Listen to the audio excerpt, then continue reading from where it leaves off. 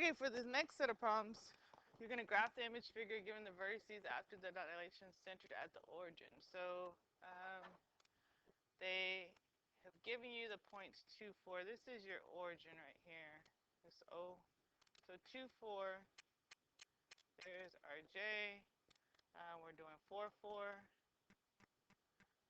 And then we're doing 3, 2.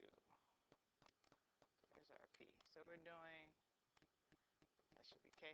So we have JKP. And then we're going to dilate a scale factor 2. So what do we do when we have a scale factor 2? What do we do to x and the y? We're going to multiply them. Yep. By 2. So our j prime, 2 times 2 is 4. 2 times 4 is 8.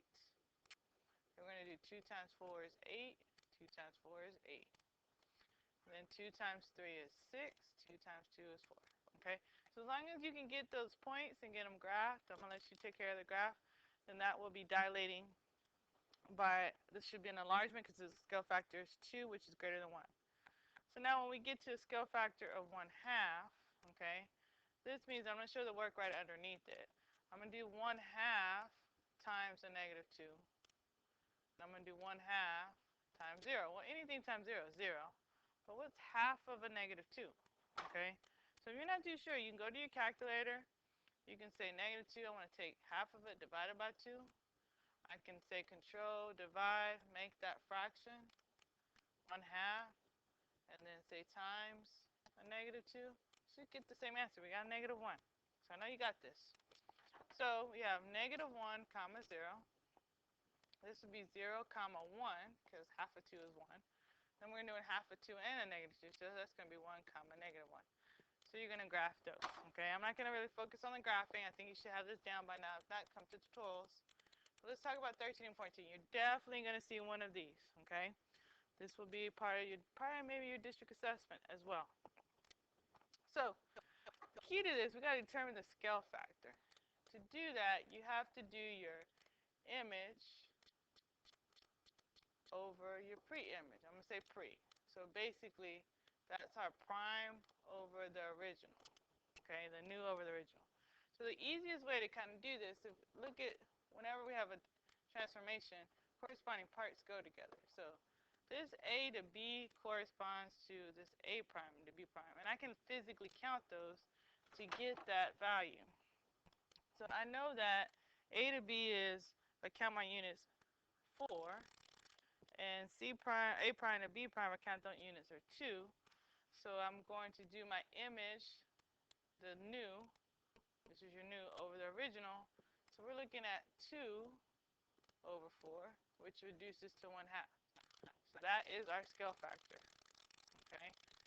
Our scale factor is the ratio between the image and the pre-image of those sides, the ones we can have the value to. Now, to get the center dilation, that's where our points line up. So you have to draw a line. So I'm going to go here and we're going to draw a line. And we're going to go from B to B prime. Okay, because those two correspond with one another. My line's way crooked, but let me get this situated. So we're going to go B to B prime. I'm going to move, hopefully it'll let me move it over. And then line it up. That's a little bit better. Alright, so there's my line B to B prime. Okay? And then I want to correspond some other points as well. I can go A to A prime. I can go to D to D prime. I can go C to C prime. I just need 2. So I'm just going to do D to D prime for our next one. Okay, so here's my D. Oops, didn't let me do it. Let's try it again. Please don't tell me it froze up on me.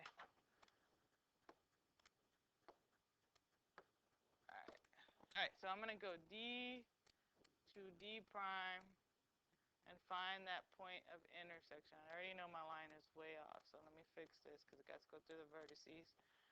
And there, right there, fix this side, fix that one, and I can see now that the lines intersect right here at this point. And so that would give me the intersection of 2, negative, looks like 3. 1, 2, 3, 4, yeah. 2, negative 3. So our center of dilation is at the intersection 2, negative 3. So this is important when you use your protractors on these to get your answer. So when we get to here, to find the scale factor, again, here is the original, here is the new. We have 1, 2, 3 here, and then we have 6. So I'm going to new to original. 6 over 3 reduces to 2. So the scale factor is 2. And now we have to draw our lines. We're going to do our lines from D to D prime. Or I can do A to A prime. What's another one I can do? Exactly. B to B prime would work. Or C to C prime. Okay, so here is, and I'm just trying to get this lined up right. Make sure my line goes through the points. Mine is a little off. I don't know if y'all can tell what I'm doing here. Alright, so there is my D to D prime. Need to do another line. And we can do A to A prime, B to B prime, C to C prime. I'm going to go B to B prime. And I'm way off, so look at this. I got to hit through the points. So we're going to do a lot of turning here. There, and then we need to move this one over, and this one over. See if I can get it through the points right. And so, if I look, because this is our origin, where's the origin at? Right here, I believe. And this would be over 1 up to right here. So this would be 1, 5. Okay, 1, 5. All right, so that's how we find our center of dilation. Okay, you have to connect your image and pre-image points together, draw a line, extend the lines, find where they intersect. So that takes care of some more dilation questions. Now we're going to do reflection, line of reflection. That's our line that we can actually fold on. Okay, or we can talk about the mirror image. Rotational, that's our degrees. And if it's rotational, it has to be between 0 and 360 degrees for rotational. Point symmetry equals 180 degrees for point symmetry. So on this first one, we have line symmetry right here. That's the only line symmetry. And so we have a line, rotational.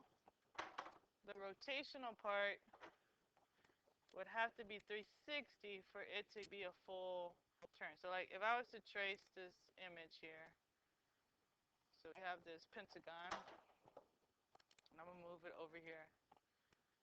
So I'll move it over here. Or I'll move it down here. Make it on the page. Alright, so if I have this pentagon and I want to rotate it, so if I turn like here, that does map onto it. See, this doesn't map to the exact image. If I were to move it, it wouldn't fit, okay? In order for it to fit exactly to what I have, that doesn't fit. I would have to do a full 360. Because it takes a full 360, this does not have rotational symmetry. It has to be between 0 and 360. And because if it doesn't have rotational, then it won't have point either, okay? So here we have lines of symmetry because all of these sides are congruent, okay? So we have lines of symmetry. I can do a line of symmetry from each vertice, and I know it doesn't look like it, okay, but we have more than one line of symmetry.